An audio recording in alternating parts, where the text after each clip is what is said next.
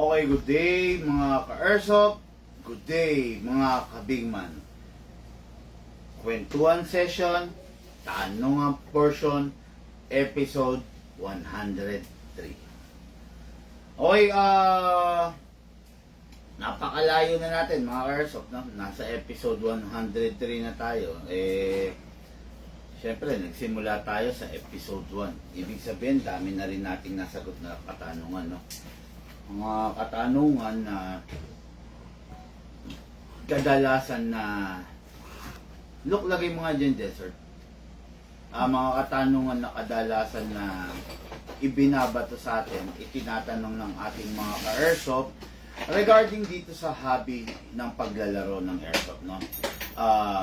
Walang ibang gumagawa nitong ganito, no? Nitong kwentuhan session, tanungan portion, kasi walang ibang gustong matanong.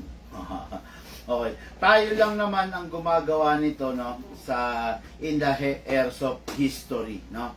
Yung ganitong vlog, yung on the spot tatanungin ka, yung on the spot sasagot ka, yung on the spot, di ba? Tayo lang gumagawa nito. Kaya I am proud to say na umabot na po tayo sa episode 103 ng ating kwentuhan session, tanungan portion. Meron kang katanungan, tara rito mga ka-airsoft, itanong mo kay Big Man.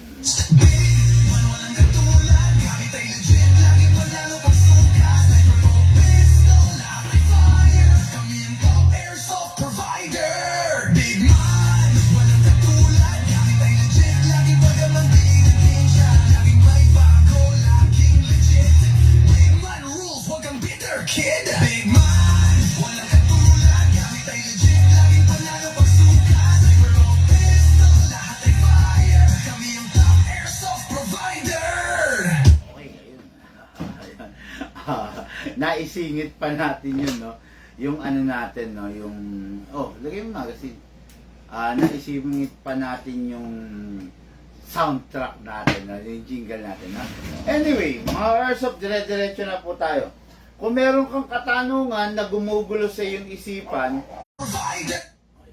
okay, no? So, ngayon, unang tanong. Look, ayos mo nga muna ito. Loading ngayon. Unang tanong sa Big Man Pocket mo. Mula sa ating ka-airsoft, okay? Ng silicone oil. Para saan ba ang silicone oil? Bagong follower mo po ako. Okay.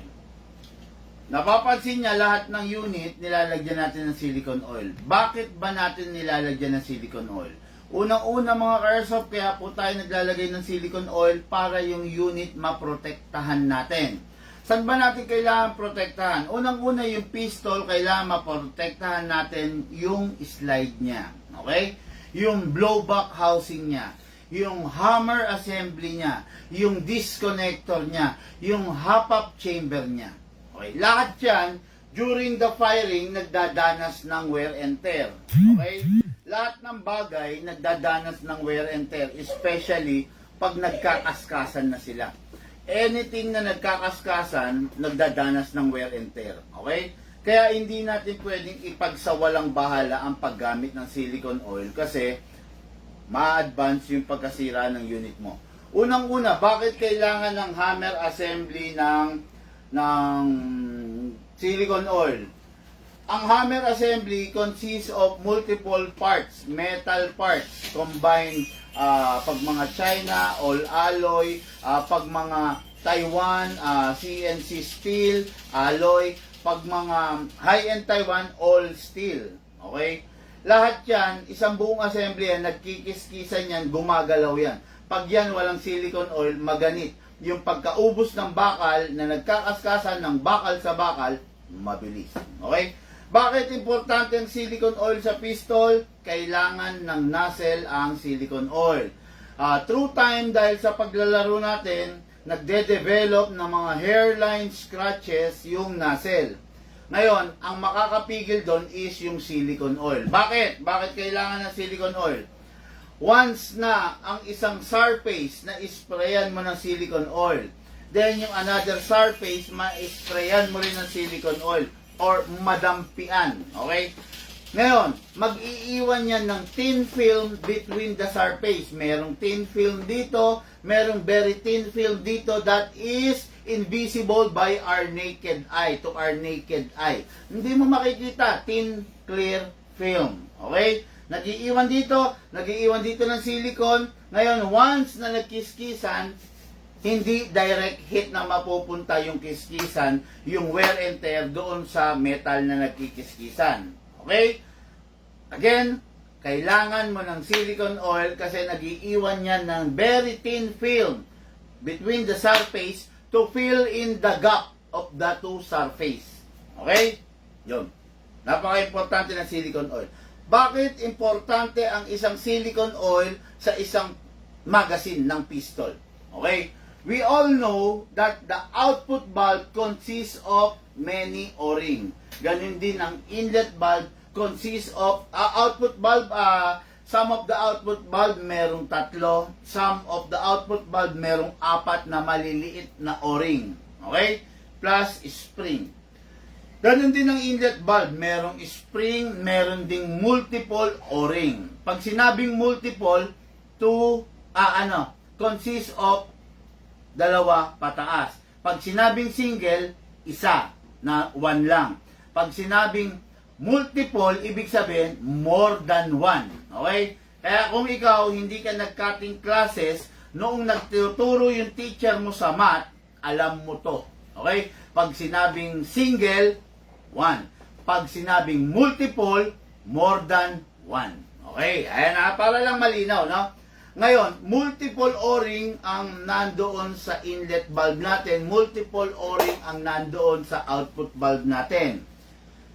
Yung O-ring through time, due to exposure sa hangin, due to exposure sa moisture, due to exposure sa chemical na bitbit na dala-dala ng ating green gas, yung O-ring pwedeng lumutong. Peng example ng O-ring. No? Yung O-ring, pwede pong lumutong yan. Ngayon, pag lumutong yung O-ring, magkakaroon na ng leak yung unit ninyo. Kaya kung ikaw, hindi ka gumagamit ng silicone oil, for sure, ang nagbenta sa'yo, ang naging dealer mo, ay tanga. Okay? Kasi kung hindi tanga yung tao, ituturo niya sa'yo kung paano yung tamang paggamit ng silicone oil, kung ano yung silbi ng silicone oil. Okay? Hindi natin ginagamit yung silicone oil para kung ano-ano lang. Pengi ako ng pula para kita sa camera. No, hindi tayo gumagamit ng silicone oil para pampaporma lang, para pandagdag gastos lang. Hindi. Gumagamit po tayo ng silicone oil kasi ang silicone oil importante po sa unit. Hindi po display, hindi po para kung isa lang. Para kung isa lang. Para hindi balik mo yan. Hindi po display, hindi dagdag gastos, may benefit ang paggamit ng silicone oil. Meron akong hawak dito isang O-ring. Color red to na O-ring. Nilakihan ko ginagamit ko to sa Tamiya ko. No? I am a player of Tamiya. Mini 4-wheel drive. Okay? Papakita ko sa inyo, ilalapit ko sa inyo. Okay. Yan, kita? Yan. O-ring yan, color red Makikita nyo mga ka-airsoft, dahil ito, hindi ito nilalagyan ng silicone oil. Ayan dapat puti Hindi puti yung suot ko no? Ganyan mo na lang to. Yan. Yan. Hawakan mo lang Yan. Kita ba rin ba sa taas? Yan. Ayan. Okay, silicone, hindi nilalagyan ng silicone oil to, O-ring to mga ka-airsoft Tignan nyo, due to exposure sa chemical, sa moisture, naging brittle siya. Lumutong. Ayan Ayan. Kita nyo nahati O-ring yan O-ring yan. Tignan nyo Lapag ko muna isa. Ayan, tignan nyo to. Pipigain natin. Ayan, letter C yan Pipigain natin. Yung silicone oil ang magbibigay ng proteksyon sa airsoft ninyo mula ulo hanggang baba. Okay? Ayan. Kaya sa mga hindi naniniwala sa silicone oil, wala na po akong magagawa ron, no? Dito sa Big Man, believe me now, and you will thank me later. Pero disregard what I am trying to say, you will suffer all the consequences. Di ba? Yun. I just hope na nasagot ko ng maayos at matino yung tanong ng ating ka-airsoft.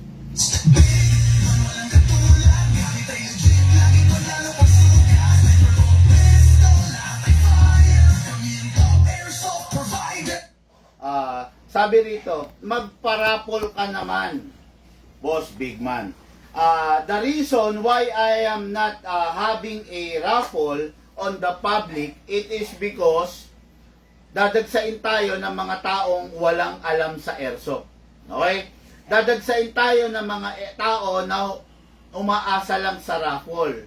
Okay? Ang gusto natin, yung mga ka-airsoft natin is bumili sila ng airsoft nila para alam nilang ingatan, alam nilang gamitin ng tama.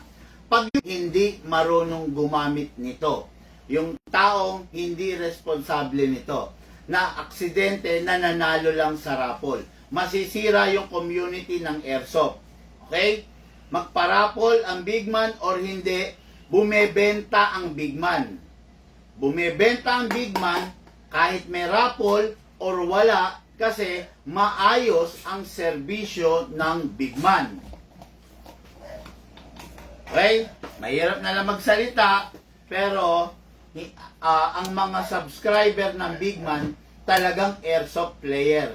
Hindi yung mga taong umaasa sa raffle. Actually, meron kaming paraffle na ginagawa. Exclusive doon sa mga client namin. Bili ka muna ng airsoft bago ka makasali sa raffle. Okay? Bili ka muna ng airsoft. Ang pangit naman, magpaparaffle kami, aksidente, mananalo yung taong hindi naman deserving. Diba? Mas maganda, ang manalo, yung taong nag-effort para bumili ng airsoft. Diba? Ganito, meron kang nakitang paraffle sa Walter Mart. Meron kang nakitang paraffle doon sa SM. Meron kang nakitang paraffle sa Robinson. Paano ka makakasali sa raffle ng SM? Kailangan bumili ka muna ng produkto ng SM. Di ba? Hindi naman pwedeng naglalakad ka lang. Sali ako sa raffle. Hindi naman pwedeng gano'n, di ba? Nagpaparapol ang Abenson. Nagpaparapol siya sa mga bumili ng appliances ng Abenson. Di ba? Hindi siya nagpaparapol dun sa mga taong napadaan lang. Okay? Ngayon, nagpaparapol kami doon sa mga taong client namin. Okay? Actually, malamang hindi mo alam yon, Sir Jesly, kasi napadaan ka lang sa Big Man. Hindi ka naman talaga siguro subscriber na madalas na. Kasi kung alam mo, kung subscriber ka na matagal na, alam mo na hindi makakasali sa raffle yung mga hindi naman client. Okay? Yung mga client, yun yung nakakasali sa raffle. Well, in fact, nagpa-raffle na kami many times na. Actually, sa loob ng isang buwan, 2 or 3 na beses kaming nagpaparaffle. Doon sa mga bumili sa amin. Okay? Actually, last month, ang napanalunan is a DMR. Okay, DMR na rifle na ganitong setup. Okay? Yun na napanalunan. Worth 30,000 na panalunan ng isang buntis na babae. Nung bumili siya. Tapos, siya yung nanalo sa raffle. Okay? Yung taga ano yun? Taga Baliwag, Bulacan. Natatanda mo yon, Lucas? Oo. Di ba? Yung buntis na, Okay. naglolo ko rito. Naglolo ko yung ano, yung internet dito. Yun. Bossing diretso ko lang na sinagot yung tanong mo. Sabi mo kasi magparapol ka naman. nagpaparapol po kami para sa mga client namin. Ganon din ang Robinson, ganon din ang Walter Mart, ganon din ang SM. Nagpaparapol sila doon sa mga bumili sa kanila. Hindi sila nagpaparapol doon sa jeepney driver na namamasada na dumaan lang. Hindi rin sila nagpaparapol doon sa tindero sa labas ng SM na vendor. Hindi sila nagpaparapol doon hanggat hindi bumibili sa kanila. Okay? Salamat po, bossing. I just hope na nalinawan yung isip mo na nasagot ko ng matino yung katanungan mo.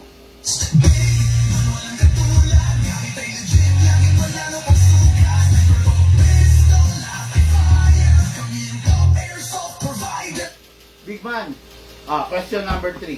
Big man, ano ang pwede rin ba sa Glock and Beretta ko? Okay. Ano raw yung compatible BB sa Glock and Beretta? Unang-una, gaano ba kalakas ang isang Glock at saka ang isang Beretta? Ang isang Glock at saka nagahang. Okay, no? Wag natin pahirapan yung unit natin. 0.20, 0.25 is enough para sa kanya. Okay? Okay na 'yon. Ngayon, kung ang unit mo is mga 2011, 0.25 pwede pa 'yon.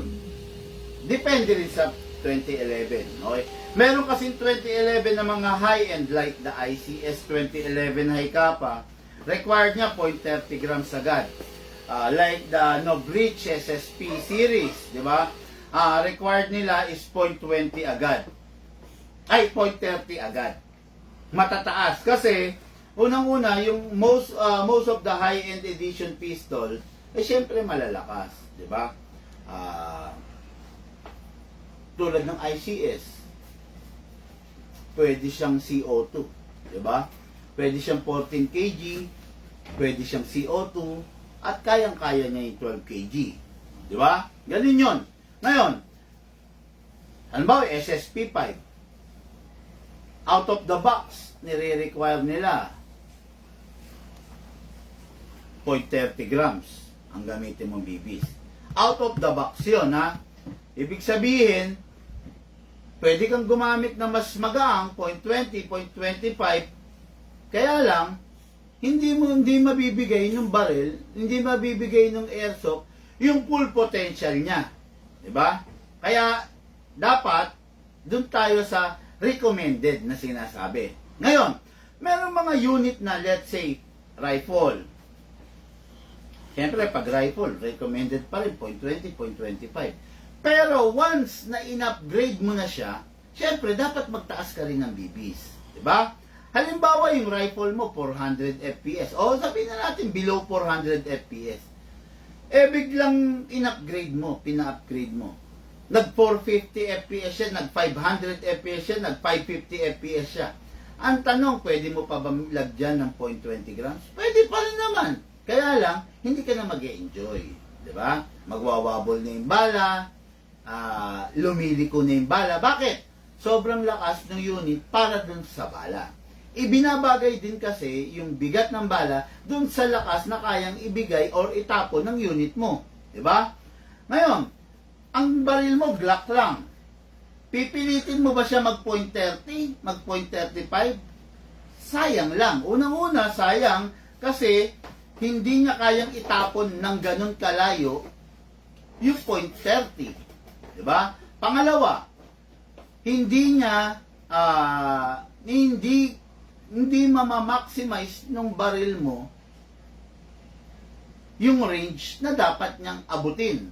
Kasi nga, mabigat yung 0.30 grams, di ba?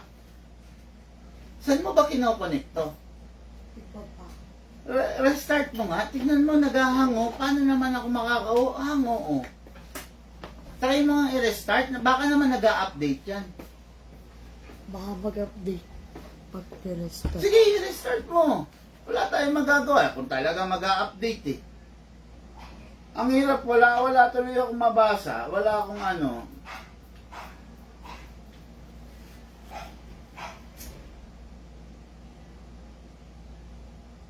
Meron ka bang monitor na pwede mong pag-ano sa akin?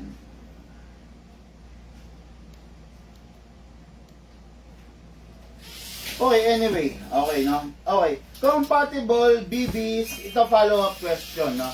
Compatible BBs for a rifle, tinatanong ng ating ka-airsoft.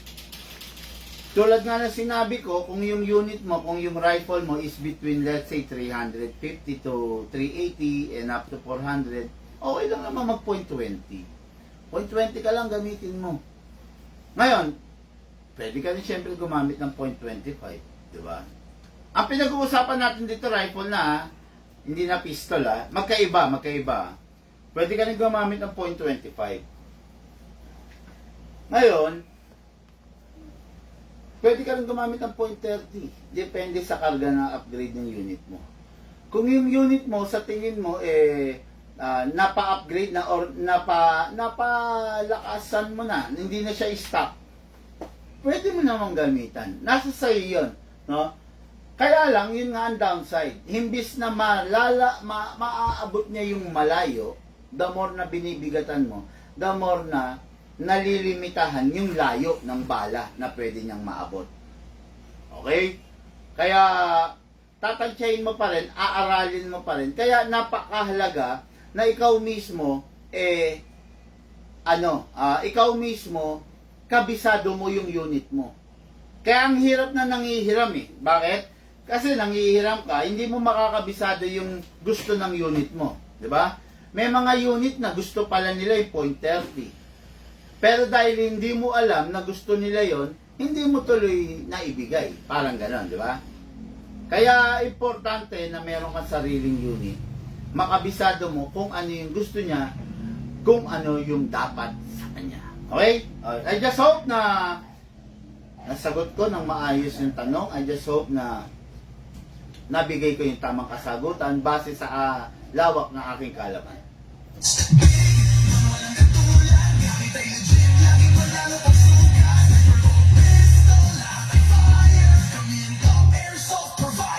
Okay, meron na naman tanong dito. Okay. Tukol na naman. Bumalik tayo bigla sa silicone oil. Big man, minsan nakita kita, ini-sprayan mo ng silicone oil yung mismong barrel. Okay. Tama ba yung ginagawa mo? Hindi ba liliko yung bala dahil mawawalan ng control dahil sa oil? Okay. Okay? Meron na? Magang. Nagahang pa rin? Tingnan mo. Ko. Nag-update to, malamang. Try ko Okay. rito yung lipat. Ha? Try ko rito yung lipat. Wag! Hindi pwedeng yun na maghang. Yan ba nagahang? Yung ano lang, isang ganun lang eh. Yung wifi. Okay lang. Basta hindi siya nagahang. O yan. Okay, ito. Isang ganun lang. Saan siya nakakonect? Globe. 5. Hindi Mediacon? Lipat mo. Kung kaya mo. Kaya mo? Lipat tayong connection. Sana wag mapatid. Wag mapatid. Pigmamidya ka na. Connection. Tumuloy. Okay. Tumuloy. Okay na. Ayan. Tumuloy. Buti na lang tumuloy, no? Dali. Maliwanag yung, kasi sayang yung ano natin. Ha? Maliwanag. Maliwanag? O yan pala. Na-connect mo, nailipat mo.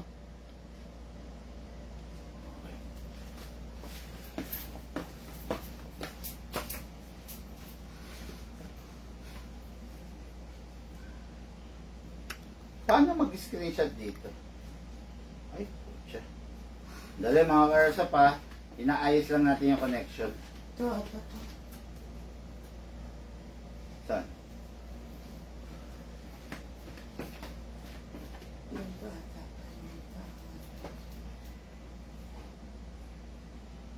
Mirroring yan eh. Yan.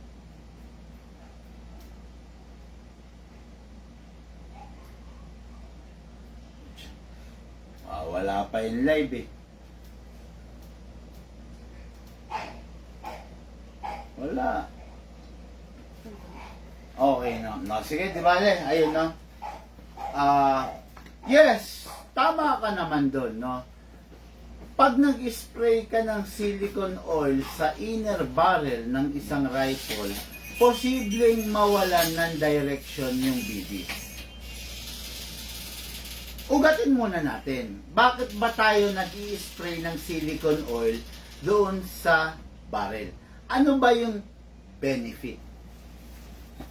Okay?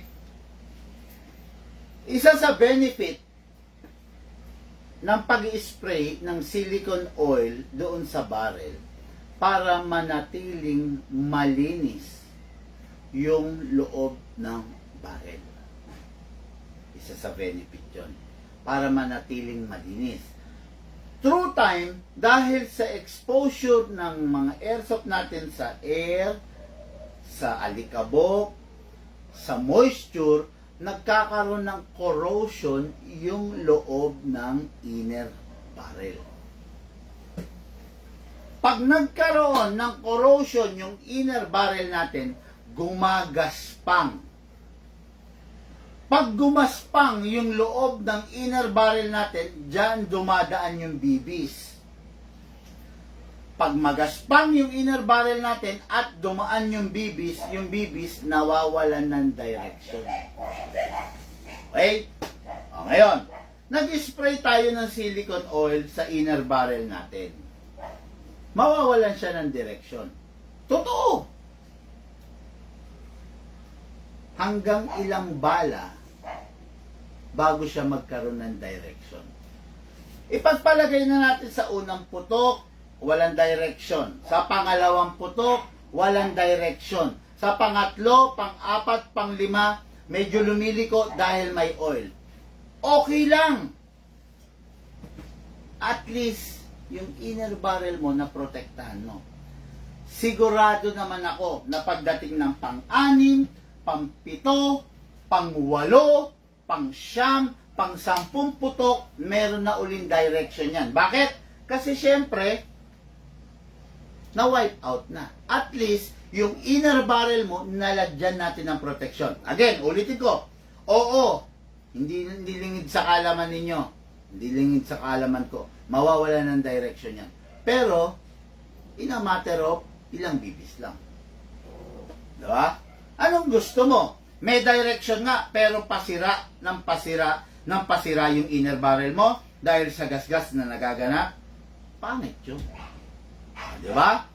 Mas maganda na yung ilang bala, wala siyang direction, pero after that, protektado yung inner barrel mo.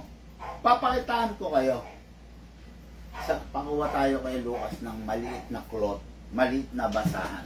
Tapos, hanap tayo ng maliit na cloth, maliit na basahan. Tapos, maglilinis tayo ng inner barrel.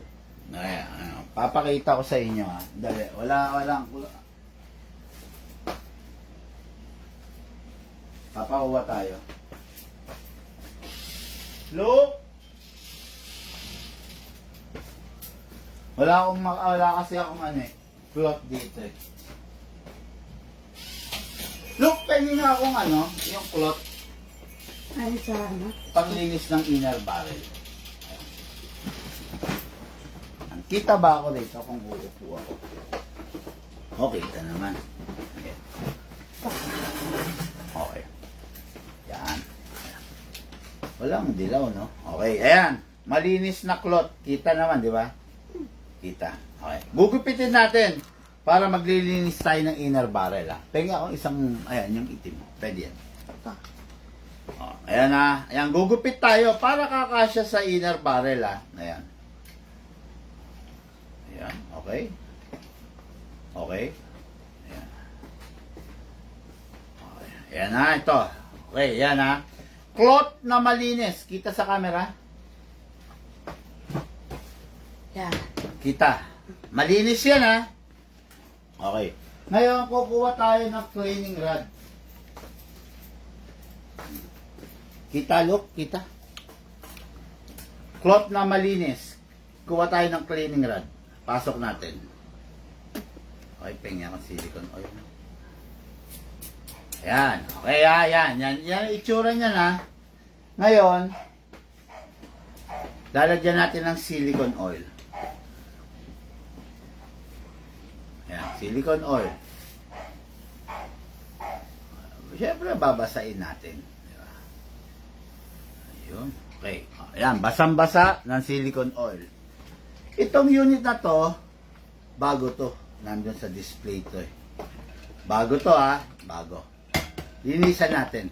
Bago to bago, hindi pa nagamit, ibig sabihin. Pasok natin.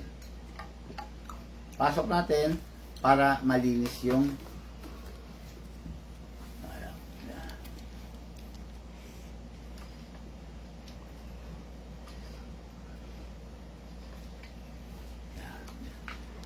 linisin natin.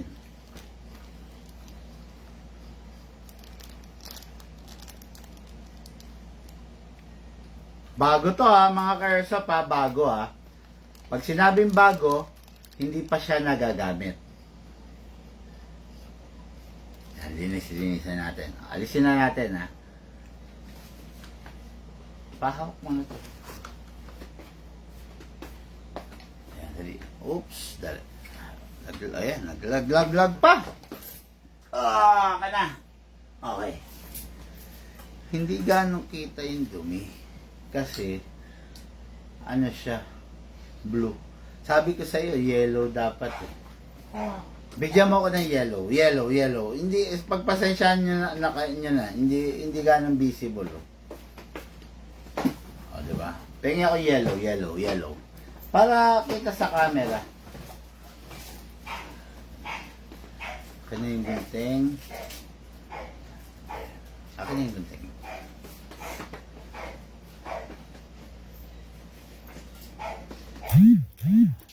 Palitan mo na yung unit ko. Ayun. Yung pwede yung itim. Kasi nalinis na yan Hindi nga kita sa ano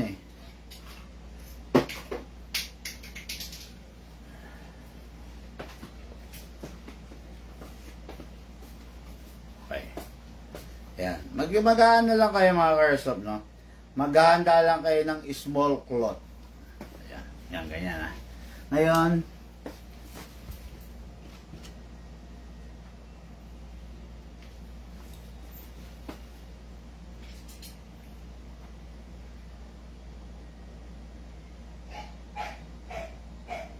lumalabo yung mata ko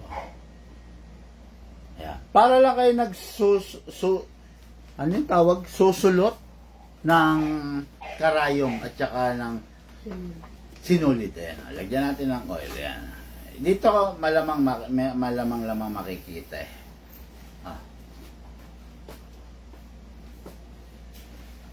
Okay. Kumuha tayo ng ibang unit. Pasok natin. Okay, ayan.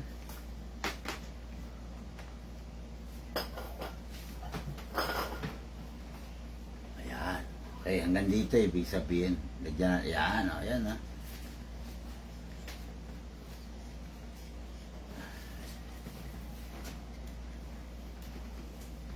Ang tawag dito, cleaning rod. Ayan, para malinis.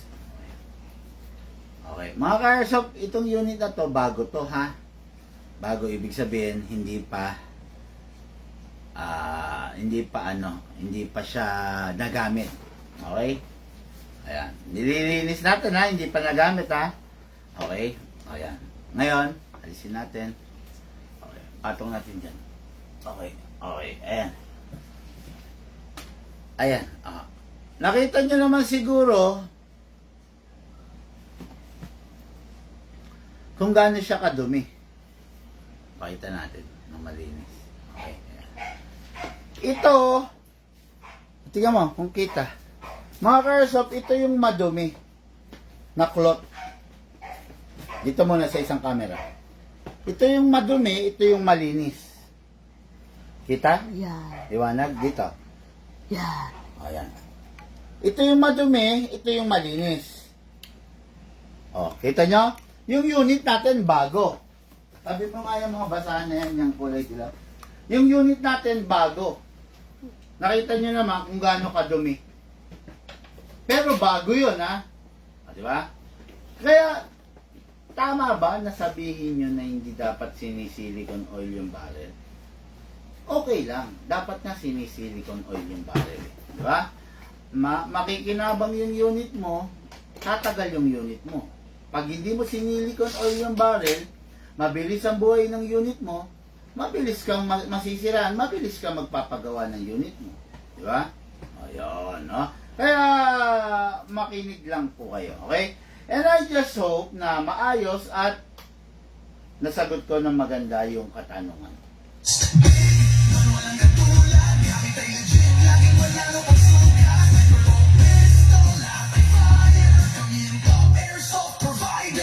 Boss, sabi ni Marvin Vergara sa online to Boss, may ilalakas pa ba yung MEU 1911? Salamat po.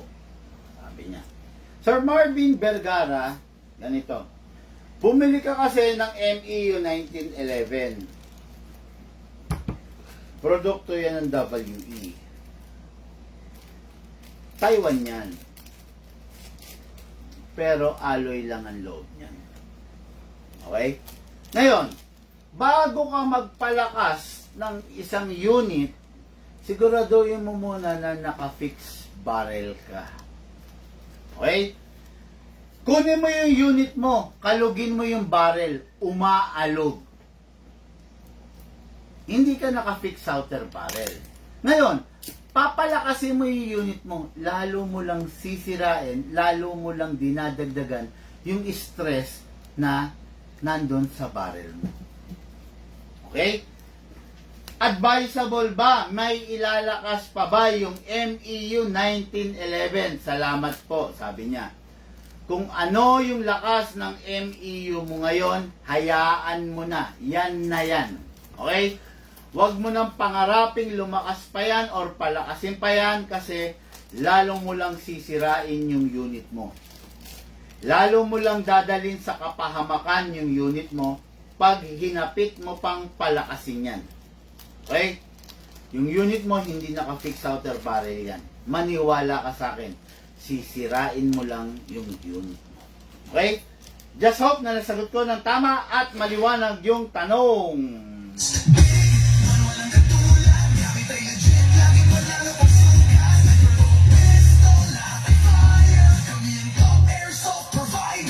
Okay, next question.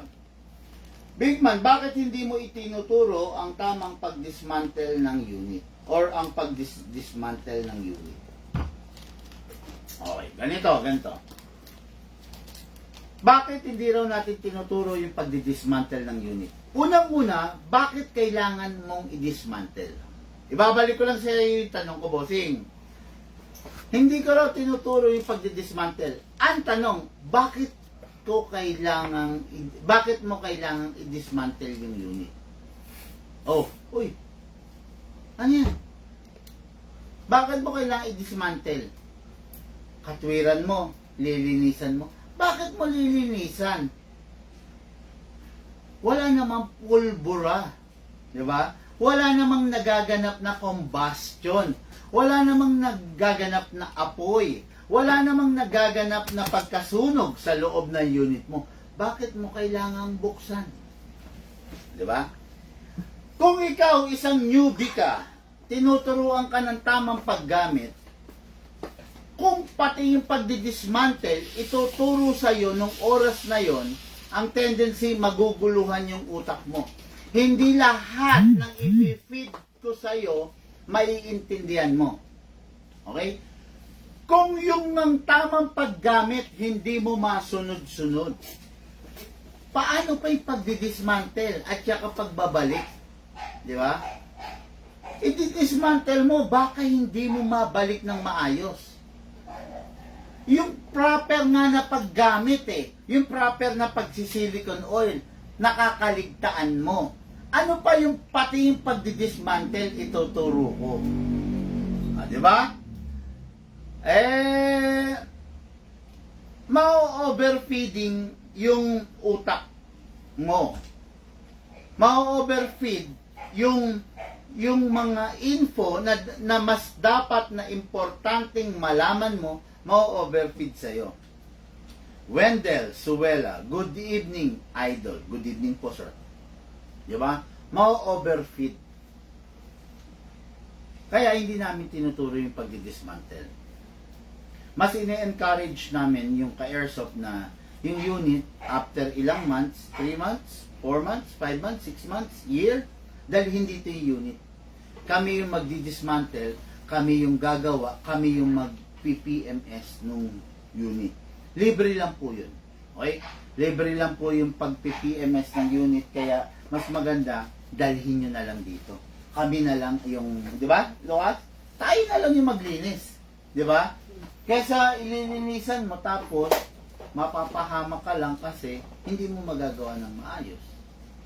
Di ba? Kaya kami na lang po yung maglilinis. Okay? Okay. Just hope na nasagot ko ng tama at matino yung katanungan.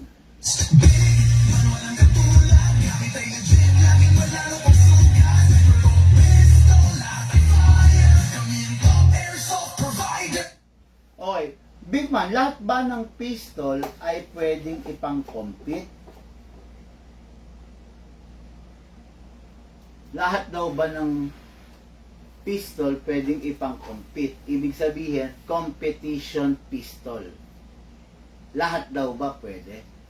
Ang sagot, yes. Lahat pwede mo pag-compete. Depende sa'yo. Nasa sa'yo yun kung gusto mo siyang ipang-compete. Okay?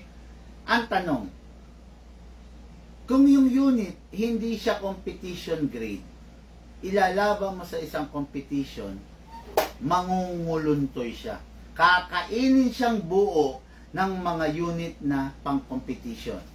2011 STI, Infinity, Metrillo, CC Shadow, lalamunin siyang buo. Diba? Pwede. Nasa sa'yo yun eh. Kung yun yung gusto mo, kung yun yung nakayanan mo. Ang tanong, mananalo ka ba? Diba? Walang iniwan yan eh. Diba? Ganito. Lahat ba ng kotse pwede ipangarera? Pwede. Diba, Lucas? Lahat ng motor pwedeng ipangarera? Pwede. Ang tanong, mananalo ka ba sa mga pangarera? Like Maserati, Bulgari, Ferrari, McLaren, Lamborghini. Ang tanong, mananalo ka ba doon? Di ba? Ano ba yung sasakyan mo? Vios, Altis, Sedan. Ang tanong, ilalaban mo siya sa karera. Ang tanong, mananalo ka ba? O, di ba? Sinagot ko yung tanong mo. Pwede ba siya? Pwede. Ang tanong, papalag ba siya? O, di ba? Ganun yan. Sa competition, pwede mong gamitin ng Glock, ang Beretta, ang 1911, ang Sig Sauer, ang Desert Eagle. Ang tanong, mananalo ba siya kay CZ? Mananalo ba siya sa Infinity? Lalamunin siyang buo nun.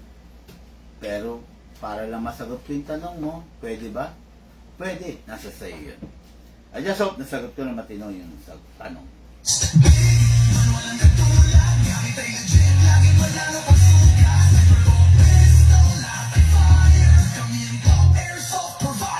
Okay. Another question. Big man, bakit hindi advisable na lagyan ng suppressor or any attachment para humaba ang isang pistol? Okay. Bakit hindi ko raw ina-advise na lagyan ng pahabain? Okay, ganito no?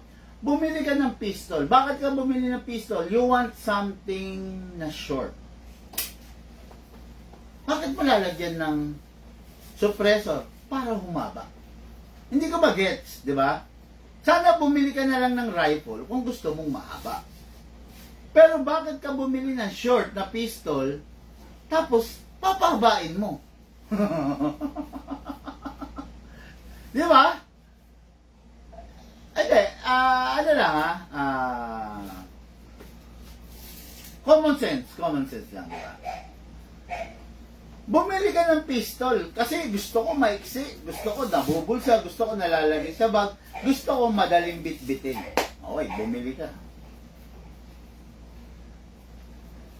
Then all of a sudden, lalagyan mo ng suppressor, papahabain mo. Pengin suppressor. Ito na kulay. Okay, bumili ka ng 1911 pistol. Ganda oh. Short, di ba? Ganda, sarap. Nalalagay sa bulsa, nalalagay sa bag. Daling itago. Okay, bumili ka ngayon ng pistol na short. Tapos, all of a sudden, lalagyan mo para maging long. All of a sudden, lalagyan mo ng suppressor para maging long.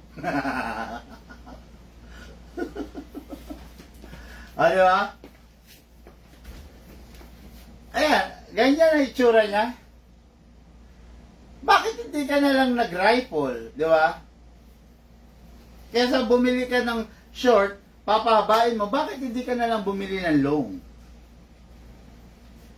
Aloko. Nag-gets nyo? Bumili ka ng short dahil gusto mo maiksi. Gusto mo nalalagay sa bag, gusto mo nabubulsa mo. Pero bakit hindi ka na lang bumili ng long kung gusto mong pahabain? Alam mo ba na lalo lang napepwersa yung outer barrel natin sa tuwing hinahabaan natin siya?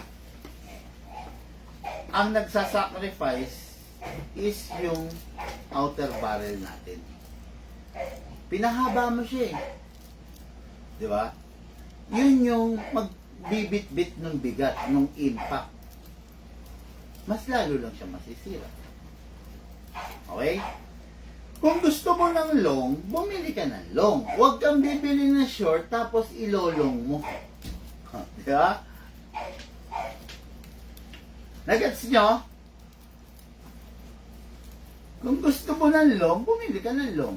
Pero napakapangit, bumili ka ng short, ng pistol, tapos dadagdagan mo ng suppressor para maging long. Lalo mo lang sinisira yung forma, lalo mo lang sinisira yung inner barrel mo.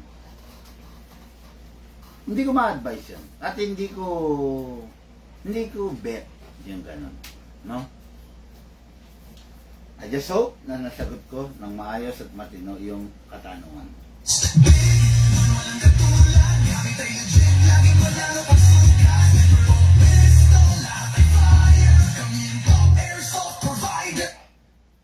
Paano, next question to, paano palalakasin ng high FPS ang pistol? Ito. Ay, look ako na ano. Paano raw papalakasin, i-convert siguro ng high FPS ang isang pistol?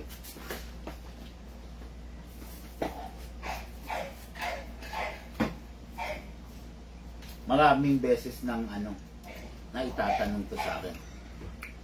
Pero sasagutin ko pa rin. There's a lot of components on the internals of the unit na kailangan i-consider para palakasin. Number one, para magkaroon ng maganda at maayos na stability, you need to have a good hop-up rubber. You need to have a good inner barrel. You need to have a good nozzle. Ilan lang yan sa mga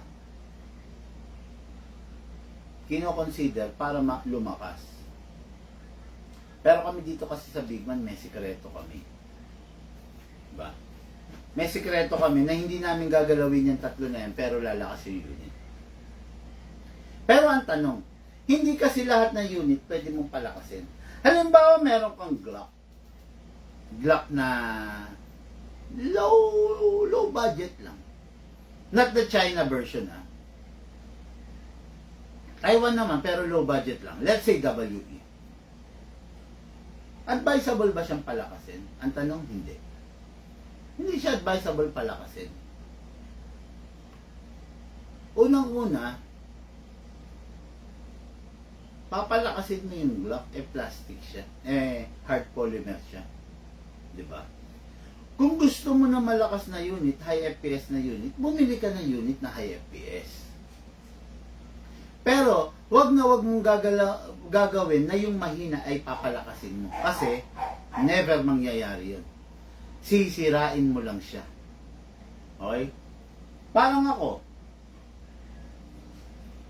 mostly of yung motor ko, gusto ko stock lang. Gusto ko stock lang yung mga motor ko. Ngayon, kung gusto ko ng motor na tumatakbo ng 100, 120, 150, 180, 200, gagamitin ko yung big bike ko. Di ba? Hindi ko gagawin na yung mabagal ko na scooter or na motor, papalakasin ko na kasing lakas na natatakbo ng 100 to 120 to 150. Hindi ko gagawin na pabilisin yung mabagal ko na motor na parang kasing lakas ng isang big bike. Hindi ko gagawin yun. Kung gusto ko ng mabilis, doon ako sasakay sa big bike. Pero kung gusto kong chill-chill lang, doon ako sa motor na mabagal. Ganon din yan.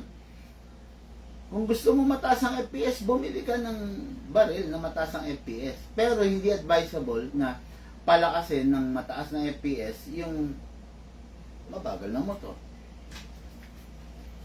Okay? Ayun.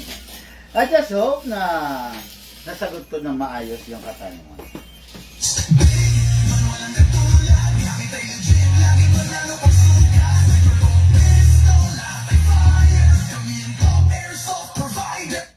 Okay, grabe, ang dami natin tanong.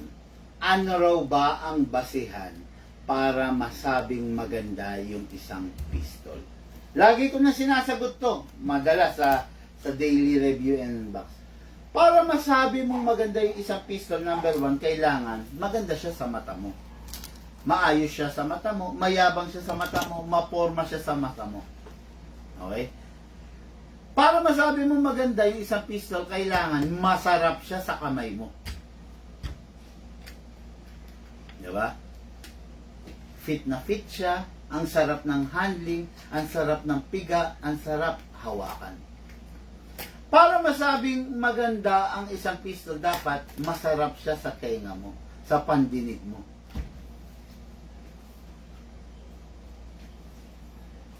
Hindi mo masasabi maganda ang isang pistol pag sungap o kaya supot yung tunog niya sa pandinig mo. Hindi mo masasabi maganda ang isang pistol pag hindi siya compatible sa grip mo. Hindi mo masasabi maganda ang isang pistol pag hindi siya pasado sa taste mo. Para masabi mo maganda yung pistol, dapat nami-meet niya lahat ng standards mo. Again, sasabihin ko sa inyo, never naging basihan ang FPS para masabing maganda ang isang airsoft rifleman or pistol. Okay? Never naging basihan ang FPS para masabing the best yung unit mo. And I just hope nasagot ko ng maayos yung katanungan mo.